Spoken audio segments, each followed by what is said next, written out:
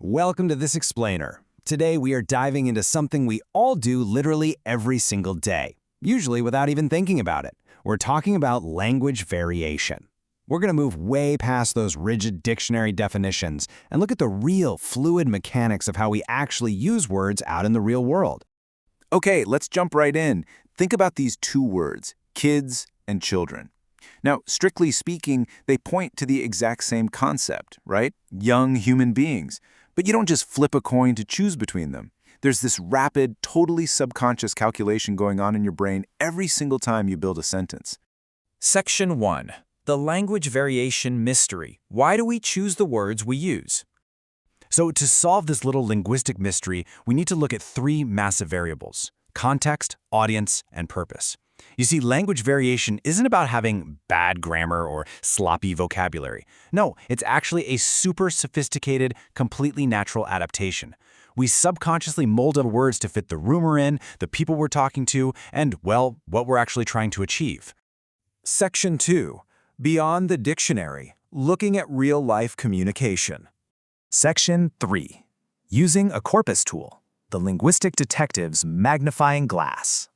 Now, what's really interesting here is that if dictionaries don't give us the full picture of how words behave out in the wild, we need a special kind of magnifying glass. Enter the corpus tool, specifically one called Scale.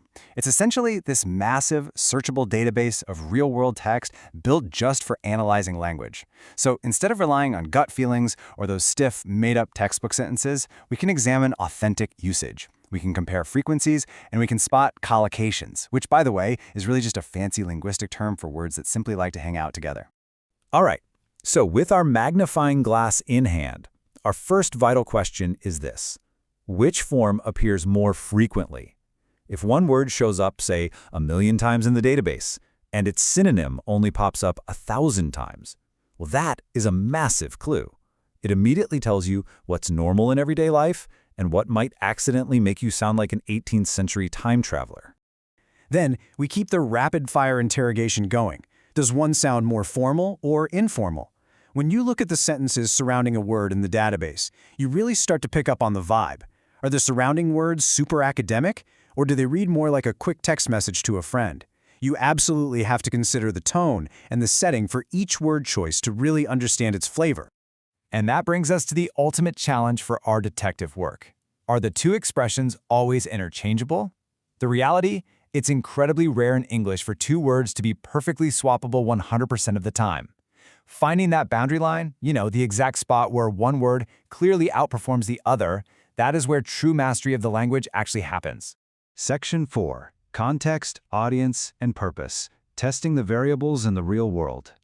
Let's see how this builds by applying those variables to a really common everyday example: purchase versus buy. It brilliantly illustrates the divide. Purchase maps perfectly onto formal, corporate, or administrative settings. Buy, on the other hand, instantly aligns with the casual and everyday. I mean, you buy a coffee with a friend, right?